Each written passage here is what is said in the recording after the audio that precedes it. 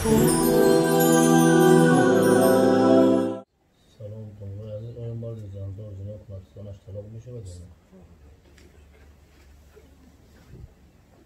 روسی همین سوال بسیار سوال مشکل است. مشکلش از این جهت است که شخصی که اگر زنا را حرام بدونه، زنا گناه کبیره هست اما کفر نیست. مثلا به دلیل حجت از نظر شریعت ما حکم کرده نمیتونیم بگیم که این مرد کافر میشود.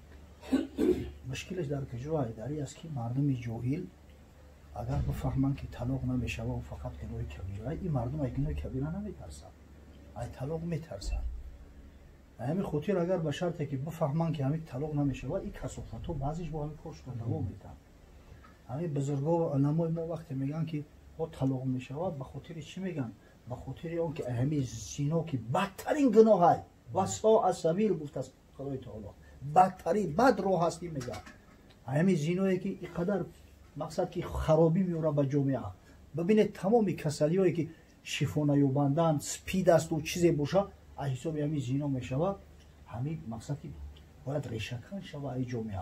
همین مردم نمیترسن ناشکری کارش بشود، همین طلاق میترسن، برای همین سختگیری میکنن. خب در تفسیر امام قرطبی آمده است وقتی که در اطراف زنا صحبت میکنه، امام قرطبی میگه که علمای متقدم ما، علمای پیشین ما، صحابه و تابعین حکمشون همین بود که شخصی متأهل زندار اگر زنا کنه زنش طلاق میشود. اما میگه علمای متأخر، علمایی که بعدینن، بعد تابعین تبع تابعین، اینا میگه قولشو همین است که اگر به شرطی که زنا را حلال بدونن، درست بدونن، به شک شبهه طلاق میشود، برای کافر میشود. شخص حرام خدا را حلال دانست کافر میشود، اتوماتیکی زنش طلاق میشود. اما اگر به شرطی که زنا را حرام ندونن، میگه اما ایو مرتکب گناه کبیره میشود، روش سیاه میشود، اما حکم به طلاق زنشو کرده نمیشود. به هر وجه صورت همین شخصا ما را کسی اگر همین سوال بوده که آیا همین شخص زنا میکنه زنش طلاق میشود، من بیش شبه میگم که طلاق میشود، به خاطر آن که همین هم یک نمودی زجر است و گرفتاری پیش روی جنایت است. میگم که مردم عقل فراست ندارن، نمیدونن که گناه کبیره یعنی چیه. اوخی بیزن یا امر بگردی سبکتر از او است که مرتکب گناه کبیره شد. گناه کبیره در لابثین فیها احقابا، خدای تعالی در دوزخ میپرتوید، اطرابات که میکنی معلوم نیست چقدر جزا میبینی. حق پشت حق، هر حق به ای 50 تا 80 سال ای. اوخه ایو در سرت بیزن بگردی خوب نیست. مردم به درجه جاهل هم که در فکر موتور ماشین نیستن، در فکر اونمو زیب زینتی ماشین بریزگاویک میکنن، نمیدونم در تربه میزنن ای خفا برای فسادشو. حالا که اوخی اگر به شرطی که زن نگرفتی تو ترک سنت میکنی، لیکن وقتی که مرتکب گناه کبیره شای تو جنایت در پیش پروردگار رو در شریعت غرای محمدی میگیری. این وزبین ترک سختره است. خداوند از زنا و فسق و فساد حفظ نکنه. خاصتا همین مردای زندار از برای خدا غمی همون فرزندکار را بخری، غمی زناتون را بخری. دیده اینقدر آخه همین خدایی نکرده همون شخص قطعش زنا میکنی، اون قطعی تو توقع زنا نمیکنه. مادام که زن زناگره هزارها آدم قطع کرده است.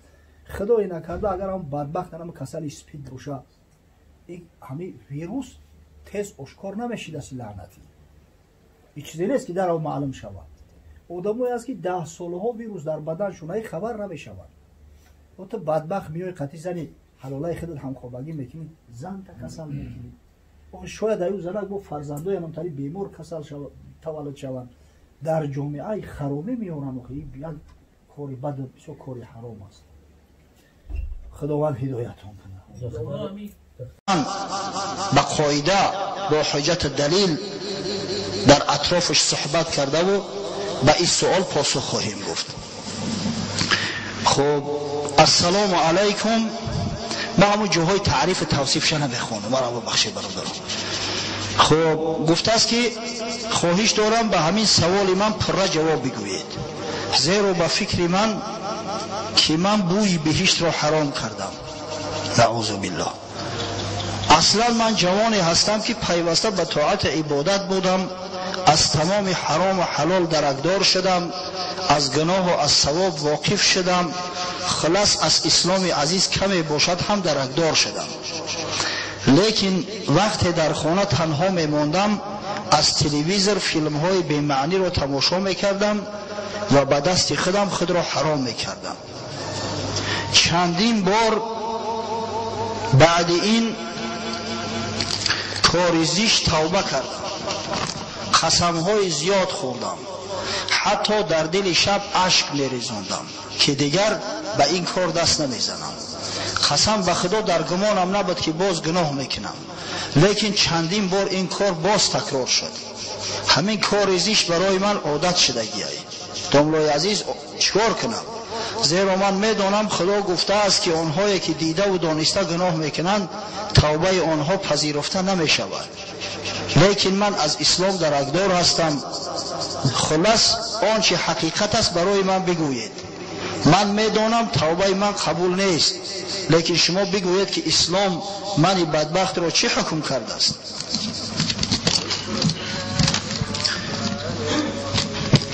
به خدا قسم از خدا و از عذاب دوزخ می ترسم، لیکن نمیدانم از این بلا چگونه خلاص شوم. به نهایت از دخترهای لوچ چشمم را کنده نمیتوانم. دلم نمیخواهد، لیکن چگونه چشمم را دور گریزانم نمیدانم. خواهش دارم به این سوالم مفصلا جواب گویید. حتی برادر نوشته است که 30 دقیقه را در همین صرف کنید. دقیقه همون هم تعیین کرده است برادر عزیز. خب برای من مفید باشد این بهتر است از دنیا و آنچه در دنیاست. دوملا خواهش میکنم سوال من رو به جواب نگذارید، زیرا به صبرانه انتظار هستم. من دانشجو هستم، اجاره نشین. حتی برادر نامشم نوشته است اما من نامش نمیخوانم. خب بسیار موضوع مهم، بسیار یک موضوع حل طلب، خاصتا از برای جوانایی که مجرد هستند.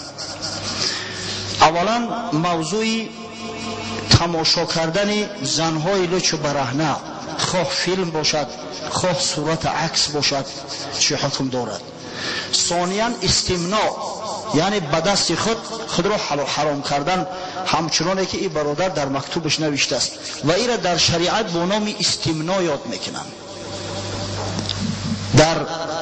اصلا در علم طب با نام انانیزم یا ماستورباسیا یاد می شود که حکم ای در اسلام چی است، مرتکبش چی گناه و چی جرم میگیرد. انشاءالله مفصلا صحبت میکنیم.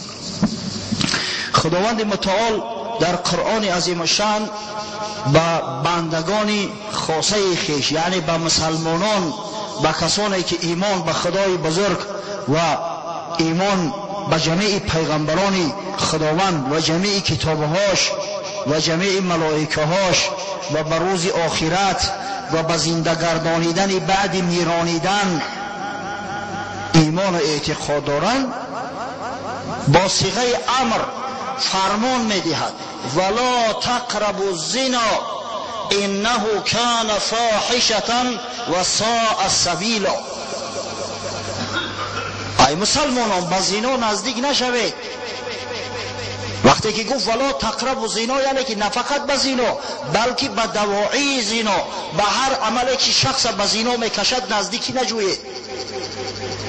انه کان فاحشة، به درستی که این زنا یک امر فاحشه است، یک چیزی بد است، فاسد است، و ساء سبیل، و بد راه است.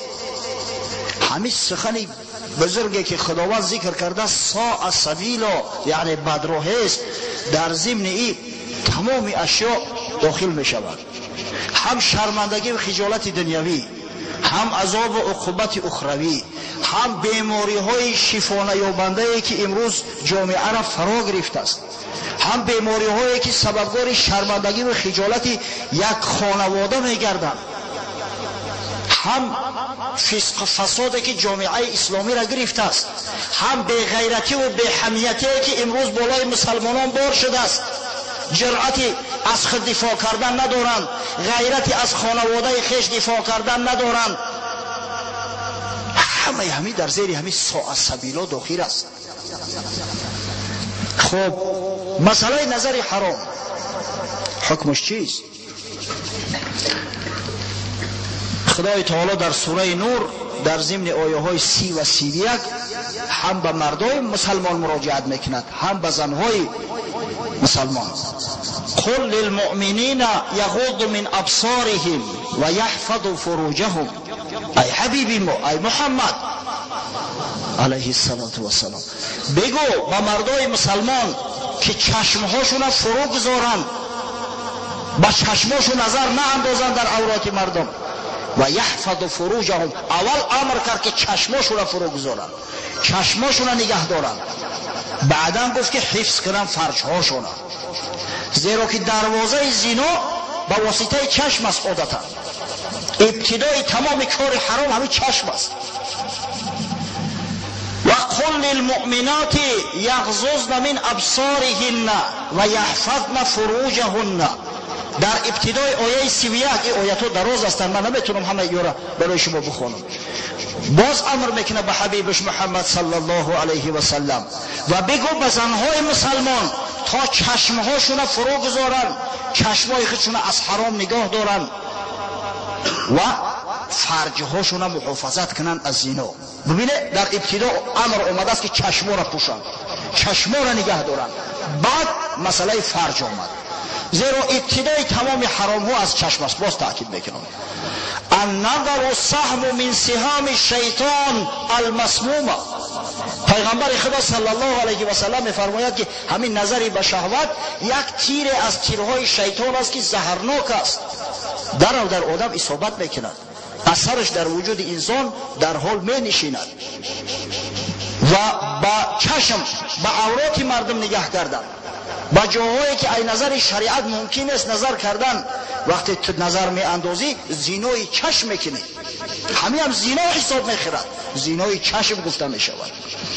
در حدیثی که امام بخاری و امام مسلم از حضرت ابو هریره رضی الله عنه روایت میکنند، آمده است که رسول خدا صلی الله علیه و سلم فرمود کتب علی ابن آدم نصیبه من الزنا مدرک ذلك لا محاله.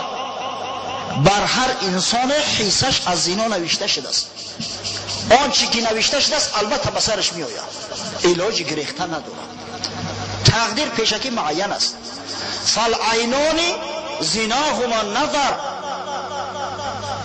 پیغمبر میگه پس همین دو چشم از زیناش نظر حرام است.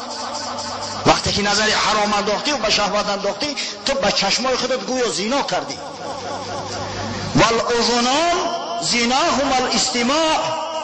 دو گوش از زینا شنیدن سخنهای قبیح، سخنهای نالایق ناشایسته. واللسان زناه الکلام. زینای زبان کلام است، سخن فحش فاحشی، حرامگویی.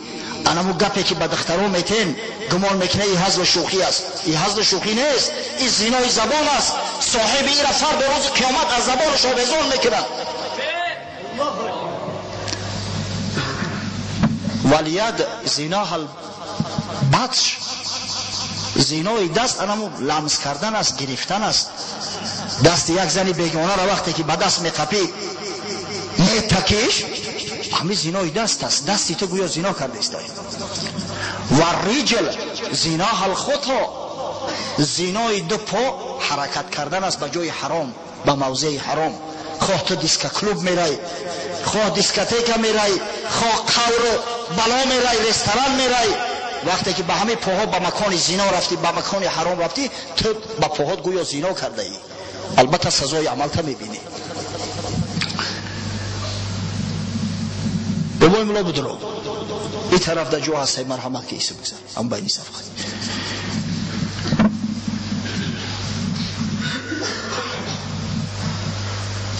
والقلب یهوى و یتمنى و یصدق الفرج ذلك او یکذبه. دل آدم میل میکنه، دل آدم اشتها میکنه، ذوق میکنه و فرج انسان، آلات تناسلی انسان همه را یا تصدیق میکند یا تکذیب.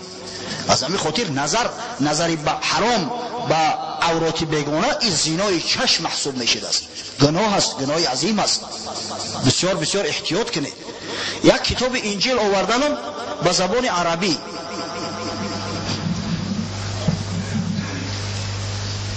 همون نصرانی های عرب که انجیل خواستیان ترجمه کنند، این بدبختا میدونن که زبان قرآن چقدر شیرین است، چقدر گواراست.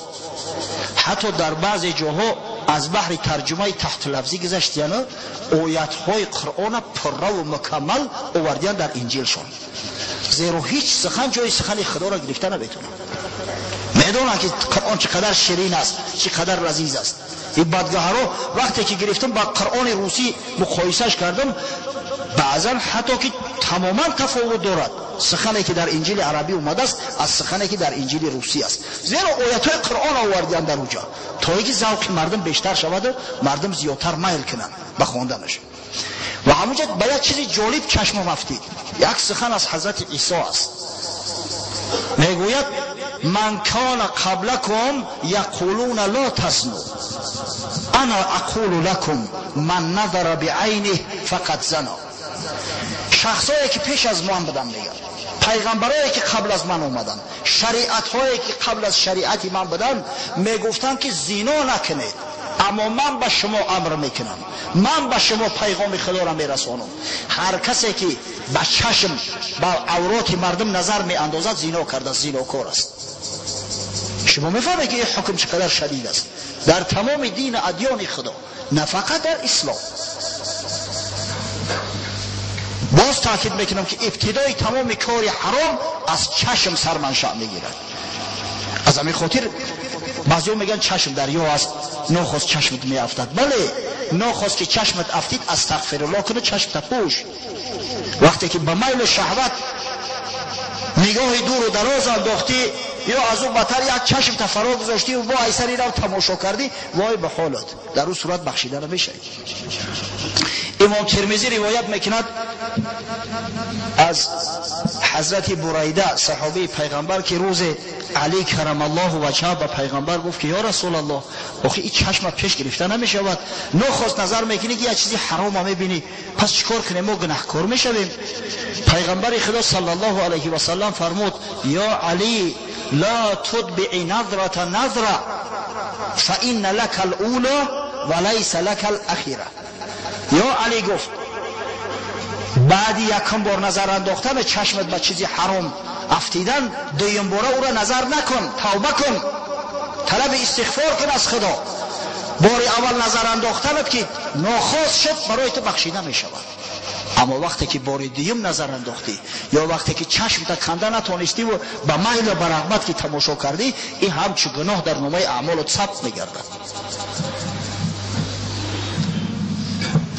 شیخ فریدالدین عطار در تذکرة الاولیاء یک قصه آورده است. در شهر نیشاپور چندین شیخ‌های بزرگ میزیستند قبل از شیخ عطار. شهر نیشاپور اصلا شهری علماست، شهری بزرگاست، علمای را به عالم داده است که باور کنه نظیر ندارند. در مثلا میان محدثان نام امام مسلم فقط بگیری از شهر نیشاپور کفایه میکنند، حالا که نیشاپور غیر مسلم صدها محدثی بزرگ داده است. همچنین وقتی که تذکره اولیاء الله هم میبینیم اکثریتش از مرز نیشاپور هستند. بسیار شهری آبادان بود. و نیسابور فی الارض کالانسان فی الانسان. حتی شیخ ابو سعید ابوالخیر در حق شهر نیشاپور میگه که نیشاپور در روی زمین مثل گهورک چشم در چشم انسان است، زینت دنیا است از روی عالماش. در همین شهر عارفای زیادی میزیستند، از جمله شخصی بود با نام ابو عثمان حیری، بسیار عارف معروف و مشهور است، شخصی پرهیزگار و با تقواست، شخصی که عارفی واقعی بود. یک بازرگان در نیشاپور میزیست، کنیزی داشت، کنیزی ترک زیبا. این بازرگان باید به سفر تجاری میرفت، از خوف آن که مبادا پسرای به بلاغت رسیدش به همین کنیز چشم علا نکنند، گناهکار نشوند، به کنیز پدری خود مبادا جماع نکنند. نزد ابو عثمان حیری آمده التماس کرد که یا شیخ، گفت همین کنیز در نزد تو به امانت میگذارم تا آمدنم، از تو با تقواتر، از تو پرهیزگارتر در این شهر من کسی را سراغ ندارم، تا آمدن من در نزد تو ایستد. اول نیستان کرد، قبول نکرد، اما وقتی التماس و التجای بزرگان دید که گفت من از خدا میترسم که مبادا فرزندان زنا نکنند، به این کنیز گناهکار نشوند، زیرا این کنیز پدرشان است. شیخ قبولش کرد. یک روز قضای ازیدی چشم شیخ به همین کنیز افتاد. این شیطان ملعون وقتی که یک زنی بیگانه را میبینی همون زن بسیار شهوت انگیز میکنند، خاصتا وقتی او زن زیبا باشد. دیگر هوش یاد شیخ کند، عاشق شد، دیوانه شد. دیگر آرام و تسکین شکم کرد. نه در نماز دیگر حضور قلبی پیدا میکرد، نه در طاعت عبادت، نه به ذکر نشسته میتونست. از خوف آن که مبادا خدای نکرده در وسوسه شیطان گیر نافتد، حتی رفتن خانه خود ترک کرد، دیگه خانهش نمیرفت. یک پیر داشت استاد با نام ابو حفص حداد، نزدش آمد گفت یا استاد به دادم برس که شرمنده میشم. این مردم به هزار امید آرزو آمدیم، امانت چه در خانه من گذاشته است این شخص، این من خودم عاشق دیوانه شدم، نمیدونم چیکار کنم، این چی شرمندگی است. شیخ گفت به شهر ری سفر کن. در شهر ری شخص است، یک عارف است با نام یوسف ابن حسین، او را ملاقات شو، از او دعا کن که در حق دعا کنه ان شاء الله خداوند همین مشکل رفع میکند. این عازم سفر ری شد، از نیساپور تا ری خیلی راه است. آمد در شهر ری وارد شد. وقتی که از یوسف ابن حسین پرسان شد، مردم گفتند تو آدمی صالح می نمایی، از شکل صورتت معلوم است که پرهیزگار هستی، بنده خدا هستی، تو خانه یک فاسقی لوطی ملعون چی میکنی؟ او یک بدبخت است، یک شیخ شرابنوشی با لواطت مشغول است، لواطت میکند و بدبخت، تو چیز خانه او را سراغ میکنی؟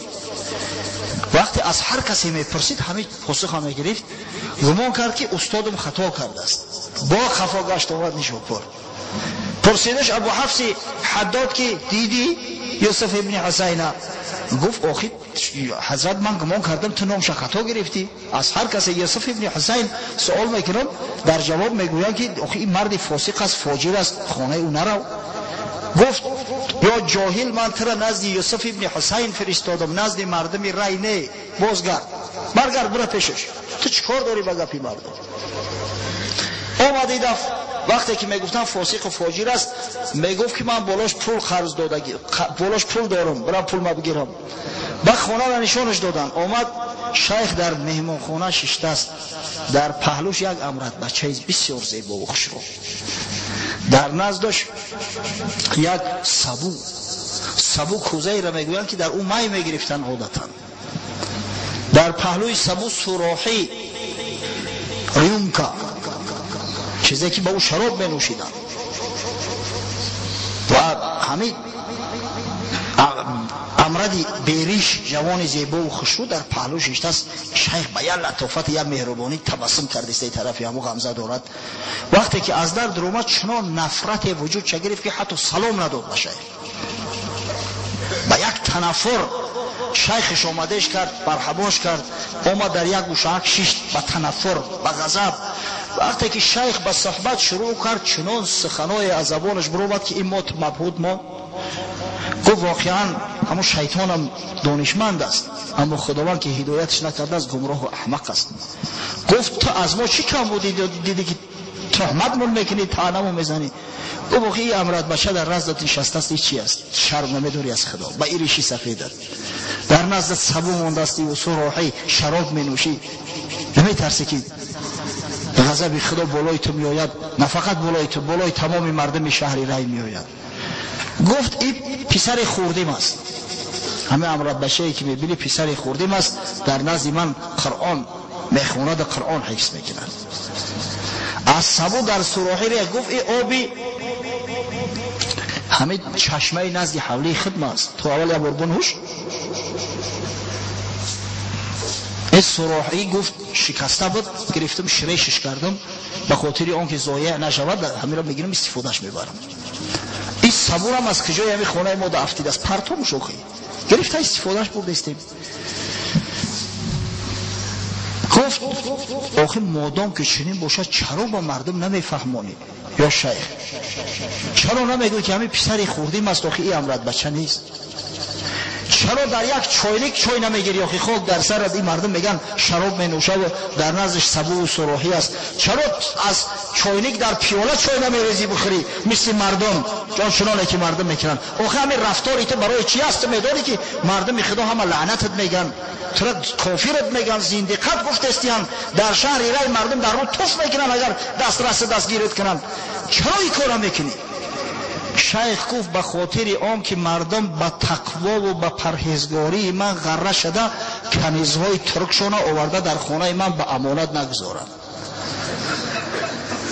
حال این مرد نگفت است که من به چی کار آمدم، چی خواهش دارم.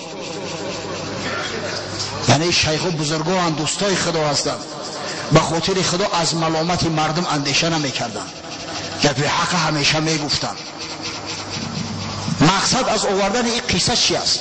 ما عمل او شیخی را که اهل ملامتیه بود دستگیری نمیکنیم. نه، در شریعت پیشوا حق نداره که چنین یک کاری را کنه.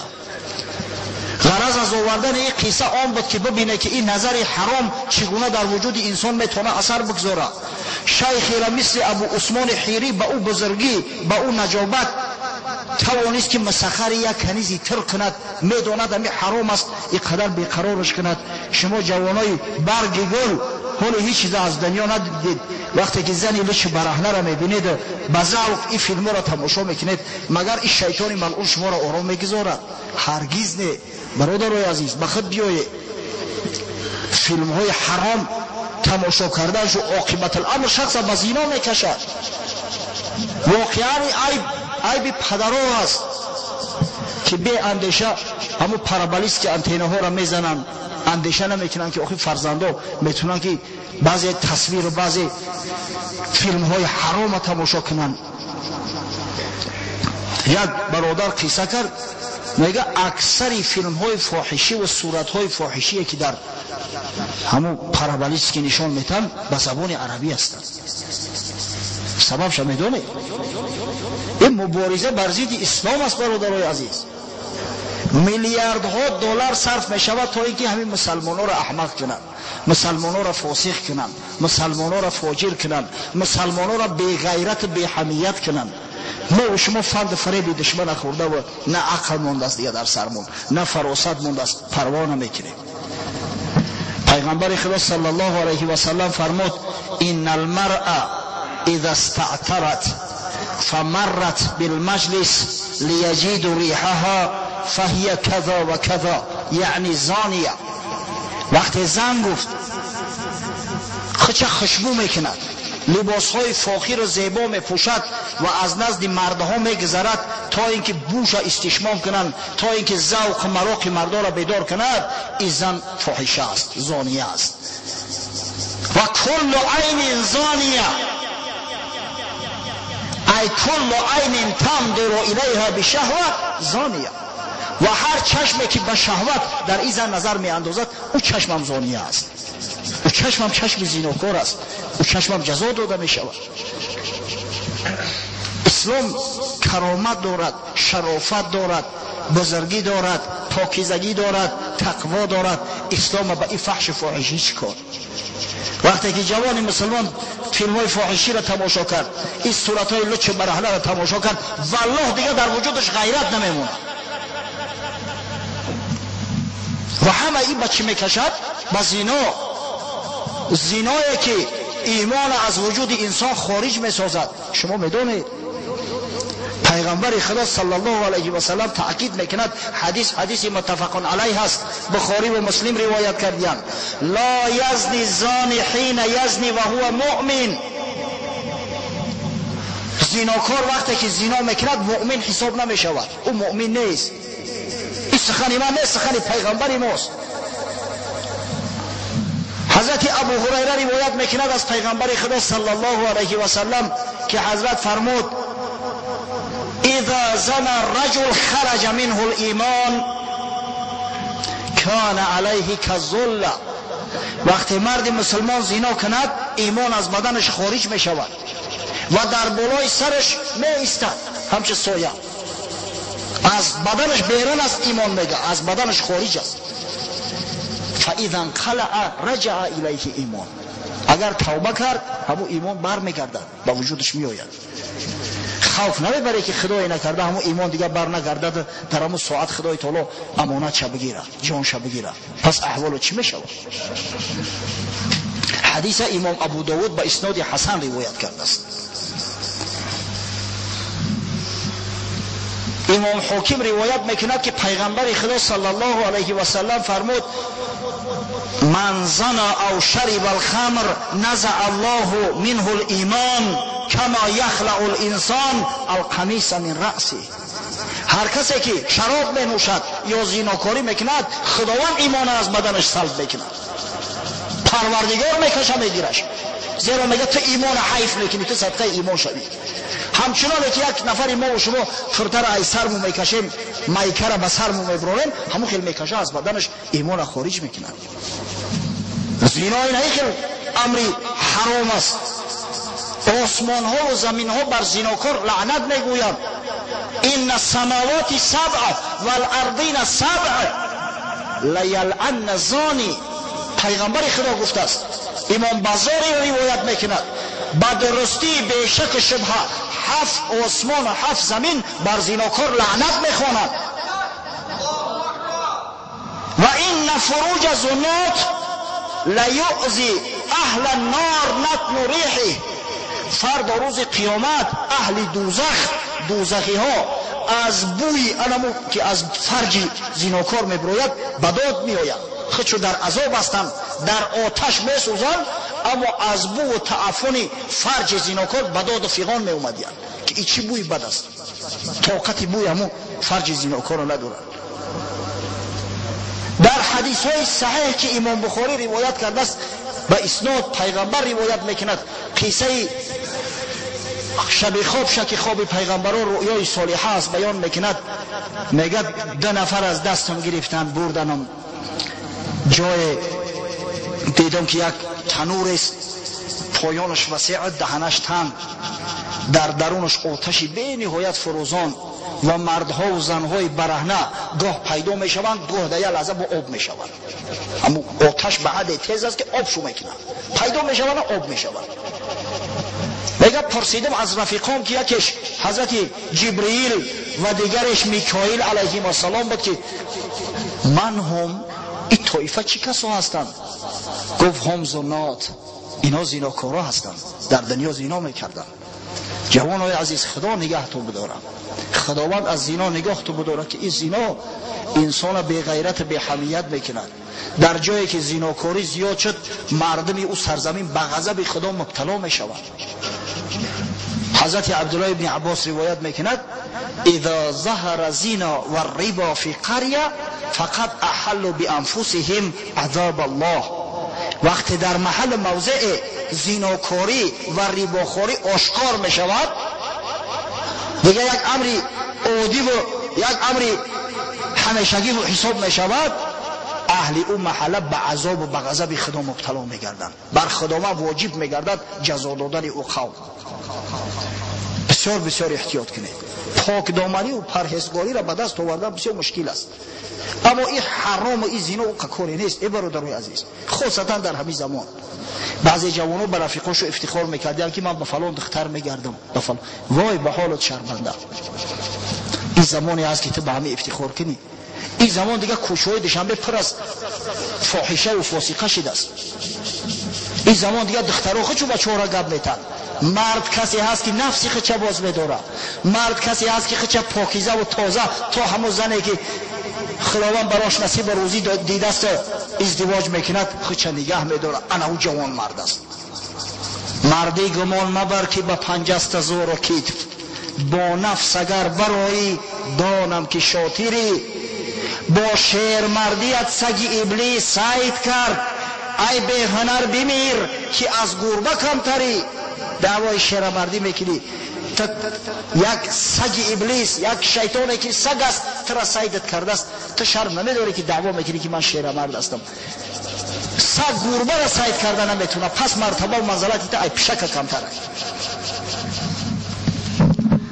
تا زمانی که فساد و زیناکاری و حرام در عالم اسلام انتشار نیافت، مسلمان ها سیطره عالم در دست داشتند، رهبریت تمام عالم در دست شد. واقعا پنجه های گیرا داشتند، دندان های برا داشتند، حکمشون در جهان انتشار میدادند، حکمشون در جهان میچلید. اما از زمانی که فسق و فساد در میانش راه گرفت، شراب و حرام در میانش راه گرفت، وای بهاشو که امروز از اینا ضعیفتر، از اینا بغیرتر کسی را پیدا کرده نمیشود. چندین مراتبه ها گفتیم، شاید بعضی ها را سخت برسد، باز میگم. یکی از سبب های آن که امروز عرب غیرت ندارد، به استثناء یک گروه اندکی، یه عالم عرب، این مسلمان های عرب که زیاده از 20 دولت هستند، غیرت ندارن، شجاعت ندارن، همش از روی همین زنا و حرامی است، حرامکاری است. شما گمان میکنید به بهوده اینقدر کانال به عربی پخش میکنن تا فیلم های فحش و فاحشی نشان بدن برای گمراه کردن جوان مردا. یک واقعه تاریخی را براتون مثال میارم، خودتون خلاصه کنید جوانای عزیز. اکثری مسجد ما را الحمدلله جوانا تشکیل میکنن. ما برای شما صحبت کرده استیم. مسلمانان در عهد خلافت اموی ها بر یک قسم اروپا مسلط گشتند، اسپانیا را ضبط کردند تا همه کوههای پیرنی رسیدند و در اسپانیا یک امارت تشکیل شد با چنان تمدن، با چنان علم و فرهنگی که اروپا نظیر مونان چه ندیده بود. مردم اروپا در وحشانیت میزیستند، تمدن نداشتند. اما در این اندلوسیا، قطعه اندلوسیا، در قرطبه به زبان انگلیسی کردوبش میگن، روسا کردوبش گفتیان، مرکزی همون امارت اندلوسیا بود.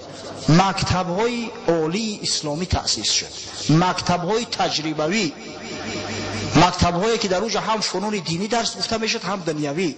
از گوشه و کنار اروپا مردم برای تحصیل علم به همین قرطبه می اومدن. از جمله روجر بیکن، اساسگذار رنسانس اروپا حساب می‌خورد شخص، همین انگلیس، اساسگذاری با اصول تجربوی تحقیق کردن طبیعت که باعث پیشرفتن علم تکنیک شد، همین شخص حساب می‌خورد اروپا. روجر بیکن، فرانسیس بیکن، این شخصا فارغ التحصیل مدرسه عالی قرطبه هستند، شاگردای مسلمان ها هستند. چون عرب اندر اروپا پرک شد، علم و حکمت را بنا دیگر نهاد، دانه آن صحرانشینان کاشتند، حاصلش افرنگیان برداشتند. بعدا وقتی که خلافت مسلمان ها آیسته آیسته پاش خوردن گرفت، خاصتا بعد آمدن مغول، بعد از آن که این مغول های خونخوار و خوناشام خلافت عباسی ها را پخش کردند، پراکنده کردند، همه امارت قرطبه همچه یک دولتک مثل یک جزیره خور در میان اقیانوس کفر و شرک باقی ماند. از تمام اروپا تصور کنید که اون زمان پادشاه های اروپا تابعی پاپایریم بدن، پاپایریم جمعشون میکرد. حتی ببینید با لشکرکشی های صلیبی بر ضد مسلمانان میفرستاد شد. اومده فلسطین ضبط کرده بودن، اما همیشه قرطبه را گرفتن نتونستن. تا عصرهای 14 حتی 15 قرطبه موجود بود، نمیتونستن یک امارت خورده در میان همون قدر کفر شرک مغلوب کنن. از همین خاطر خواستن تحقیق کنن که سببش چی باشد، چرا این مردم اینقدر مستحکم ایستادین، چرا مغلوب پذیر نیستن. اینقدر ریت سرمو میفرستیم، از تمام دولت های اروپا لشکر عسکر میفرستیم، نمیتونیم که اینا را شکست دهیم. جاسوس ها فرستادن، جاسوس ها آمدن تحقیق میکردن. یک نفرش دید که یک پسرک گریه دارد، یک جوان نزدش آمد، گفت چرا گریه میکنی؟ گفت تیرم به نشان نرسید و هدف نخورد. آمد دید که در تنه دیوار نشان گذاشته است، تیر در همون روز شدگی است.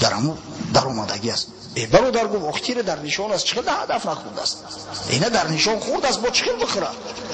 گفت نفهمیدی برادر، پشت این نشانه را ببین باید نشانه دیگر است، تیر ما باید از این نشانش میگذشته در اوش میرسید.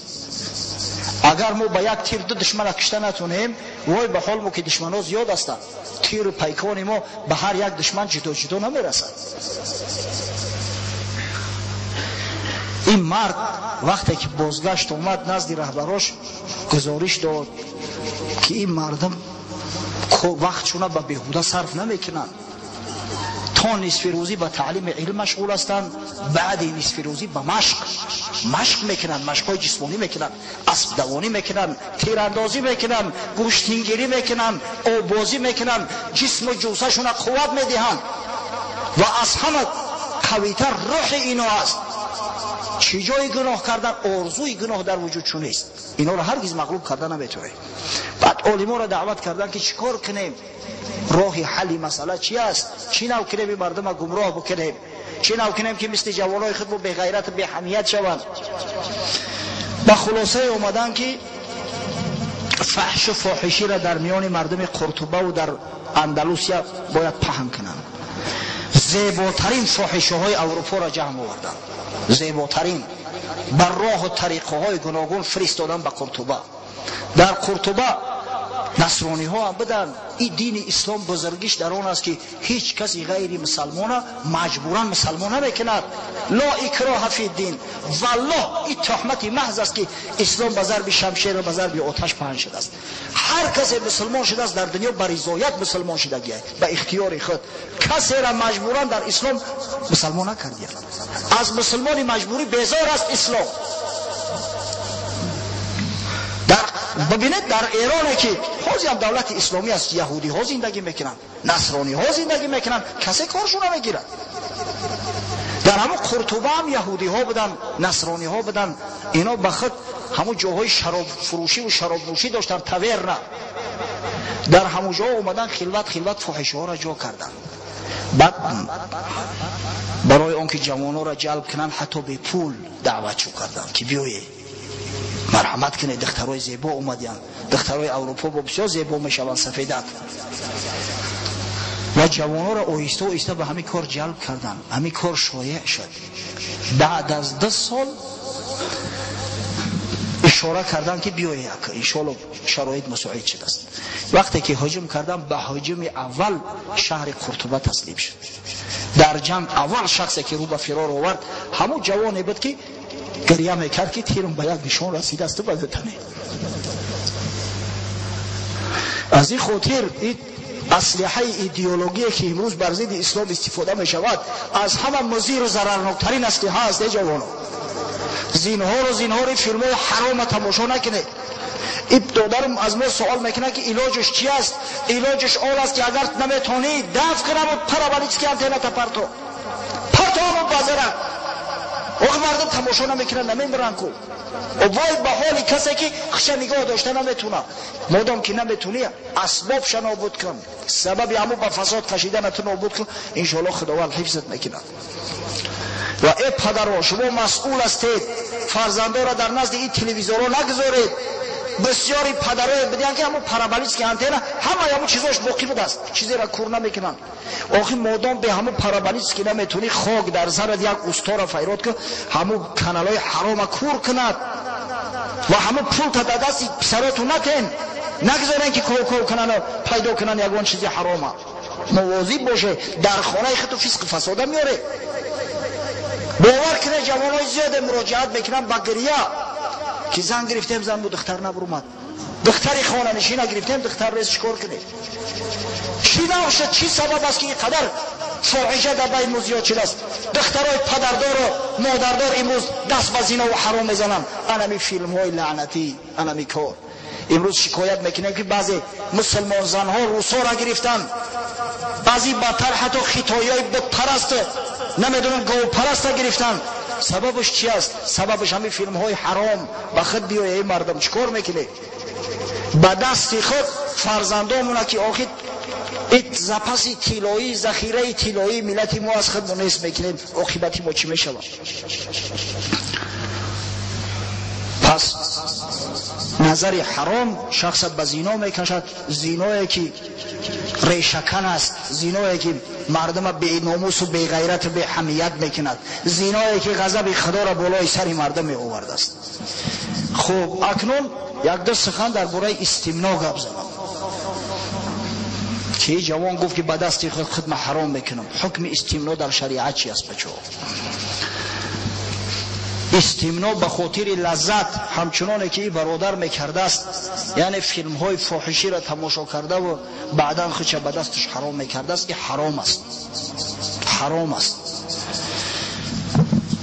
امام بیهقی در شعب الایمان از انس بن مالک رضی الله عنه حدیثی را روایت کرده است که پیامبر خدا صلی الله علیه و سلم فرمود: سبعة لا ينظر الله إليهم يوم القيامة ولا يزكيهم ولا يجمعهم مع العالمين يدخلهم النار أول داخلين إلا أن يتوبوا إلا أن يتوبوا إلا أن يتوبوا فمن تاب فتاب الله عليه.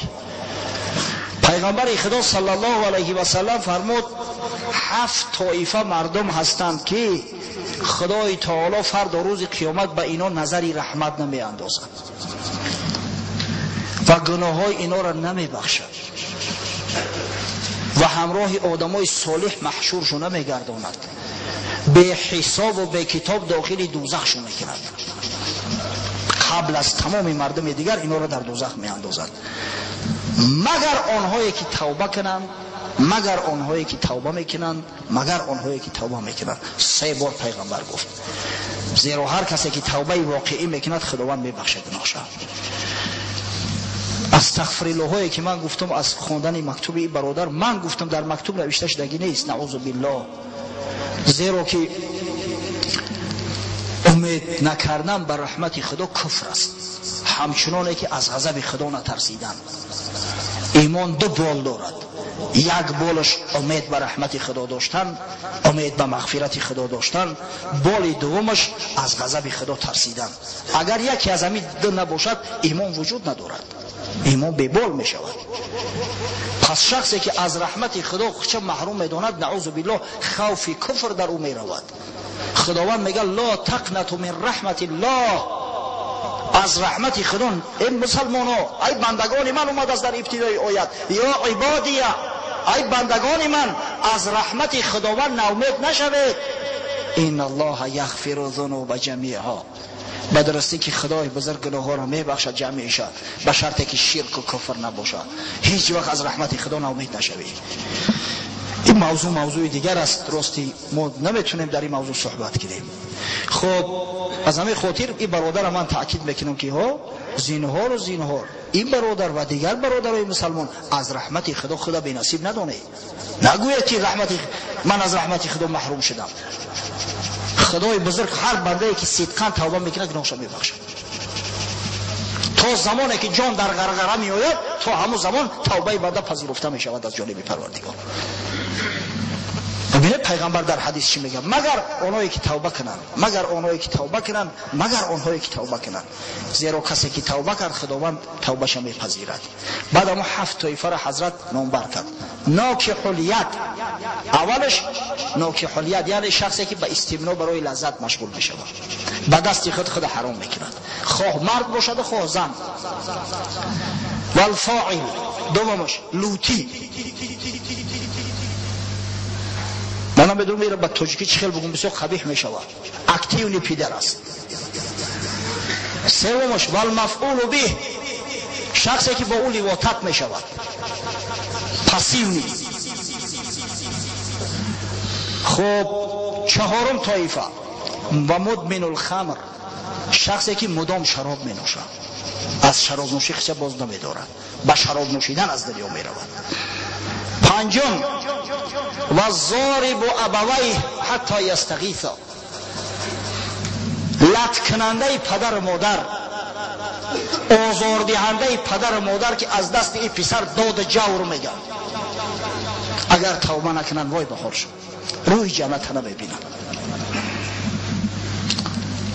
نهایت گروه ششم والمؤذی جیرانه حتی یلعنو، اذیت دهنده همسایه حتی که لعنتش میگن که لعنتی خدا برای همسایه بود که از دستش به داد اومده.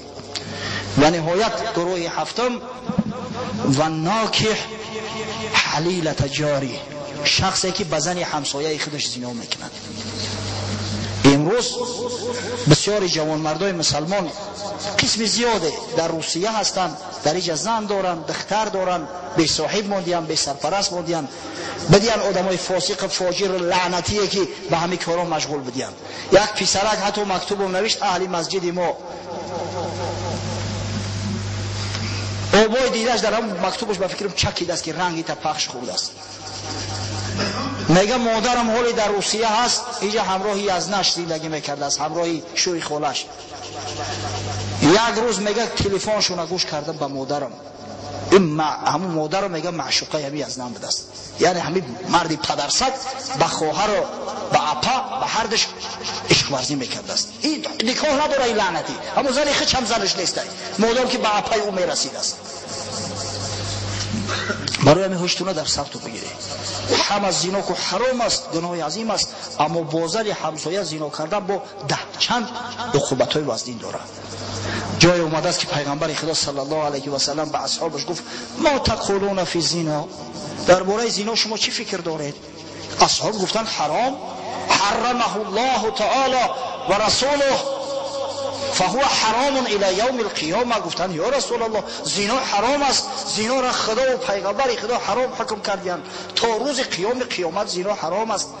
حضرت گفت لا یزنی رجل بعشر نسوه ایسر علیه من ایزنی بامرأة جاری.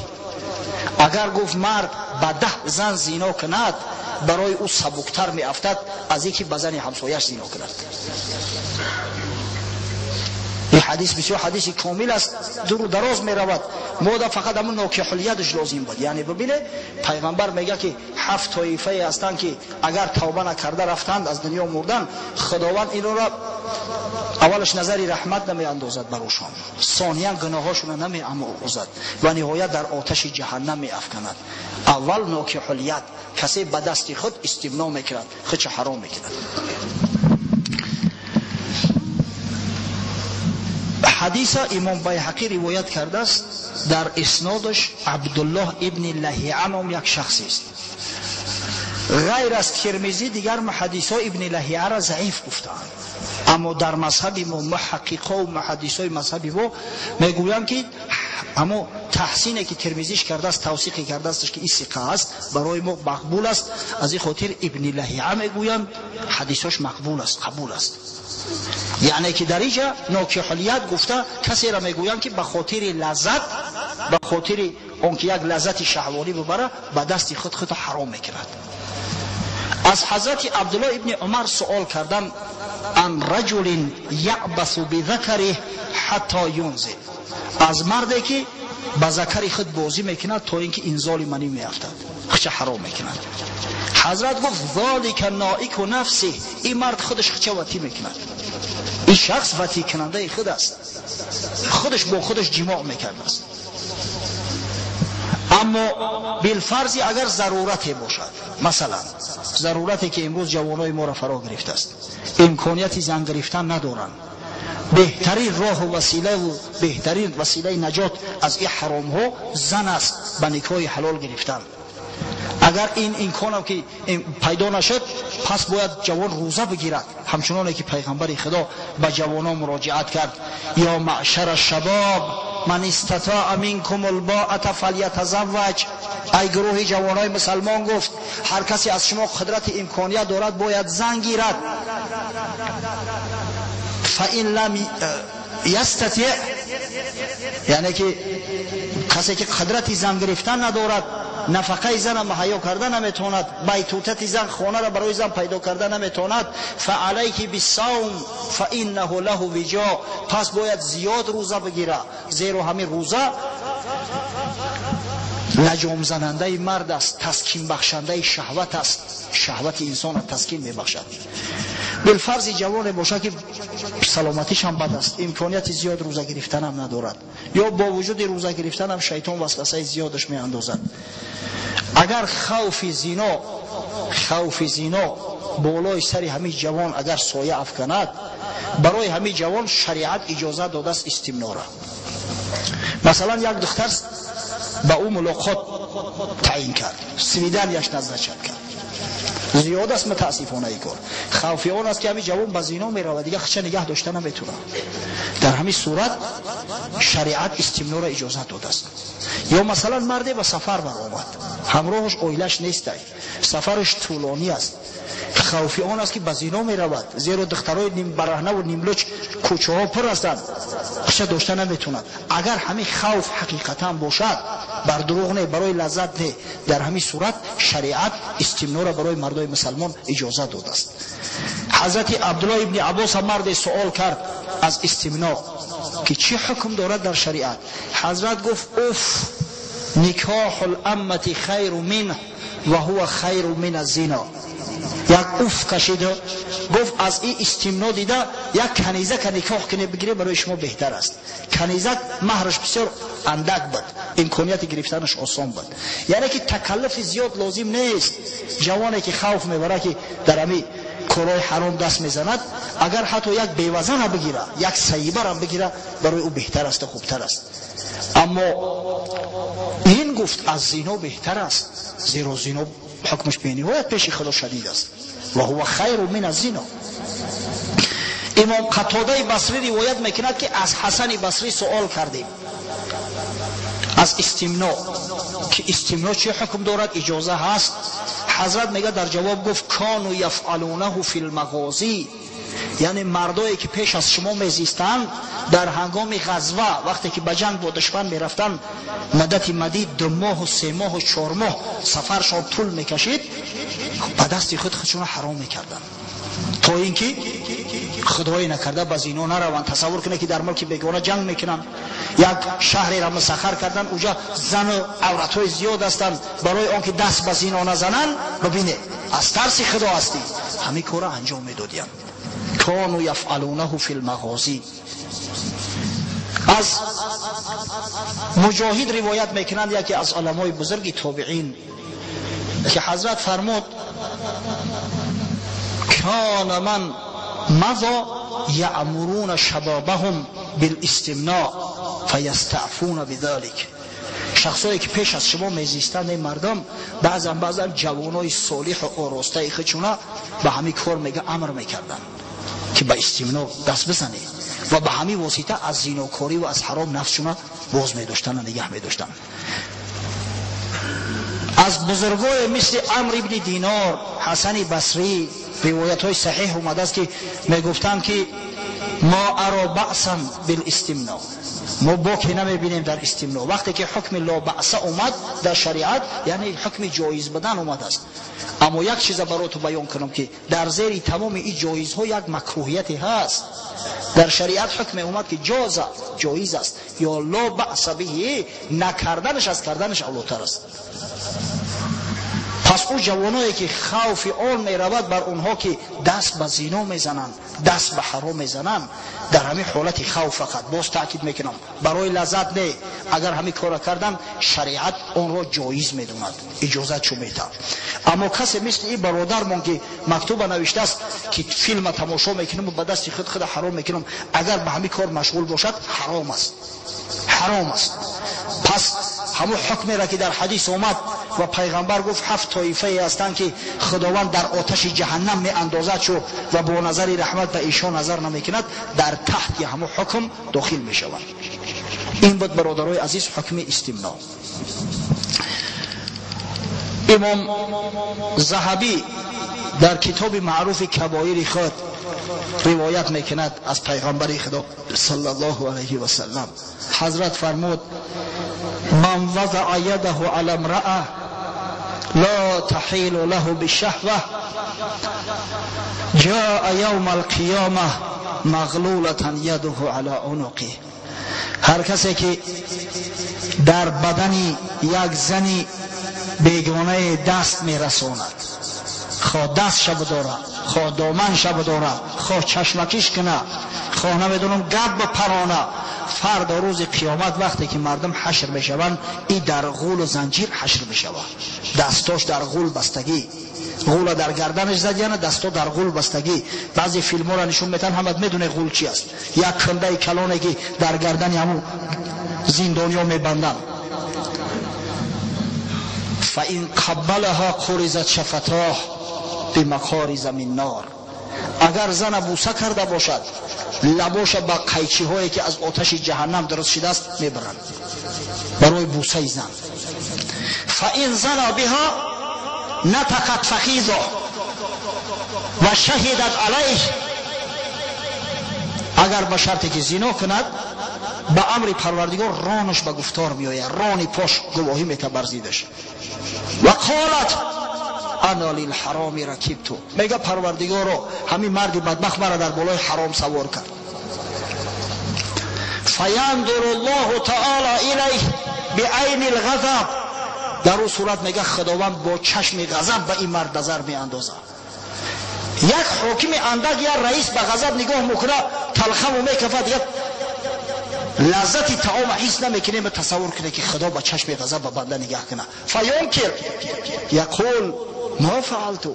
دیگه از ترس واهمه را انکار میکنه. این مردک میگه من نکردم، این در حق من تهمت است. فیشهد علیه لسانه فیقول انا بما لا یحیل نطقت. زبان بعد به گواهی میدروید، میگه پروردگارو من سخنای حرام و انمو گپای حرام با زبان راندگی من گواهی میتم با امر همین مردگی بی سعادت. و تقول عیناه انا للحرام نظرت. چشماش گواهی میتن که پروردگارو ما حرام دیدیم، به امر همین مرد حرام دیدیم. و تقول یداه انا للحرام تناولت. دستاش میگم پروردگارو ما حرام به دست قپیدیم، اخذ کردیم، لمس کردیم. و تقول رجلاه للحرام مشیتو. پاهاش میگن که ما به سوی حرام رفتیم، ما گواهی میتیم. و یقول فرجه انا فعلتو. فرجش میگه که من کردم، سینا را کردم. و یقول الحافظ من الملائکه و انا سمعت. و یقول الاخر و انا کتبت. ما دو ملائکه محفظه کرام الکاتبین داریم. یک نفرش میگه پروردگارو من شنیدم زیناکاری بدبخته، یک نفر دیگرش میگه خداوند من گواهی میتم اینو نوشتمش، فلان ساعت در فلان جا همین کاری حرام کرد. و یقول الله تعالی و انا اطلعت و سترت. خداوند میگه که من از همه چیزا با خبر هستم، میدونم من گناهی همین بی سعادت پوشاندم که توبه کنم، شرمندش نکردم تا اینکه توبه کنه و اصلاح کنه، اما این ملعون اصلاح نشد. فیقول الله تعالی یا ملائکتی خذوه و من عذاب اذیقوه. بعد امر خدا میشود که ای ملائکه ها، ای زبانی ای دوزخ، این بدبخت بگیره و از عذاب هایی که من برای بنده های سرکش آماده کرده ام چشانیدش. فقد اشتد غضبی علی من قل حیاؤه منی. غضب من نسبت او کسایی که حیای اندک دارن، از من شرم نمیدارن، به نهایت سخت است. وقتی که فیلم فاحشگی را تماشا میکنی، از کجا در وجود دیت دیگه شرم ماند، حیا ماند. از همین خاطر برادرای عزیز به افاقه بیایی، من نتونستم که او چیزایی را که پیش قصد گذاشته بدم به اتمام برسانم، اما گمان میکنم که در اطراف سوالی برادر همین مقدار کافی است، زیرا وقتم تمام شد. دعا میکنیم دعایی را که پیامبر صلی الله علیه و سلم کرده به ما و شما تعلیم داد. اللهم الف بین قلوبنا و اصلح ذات بیننا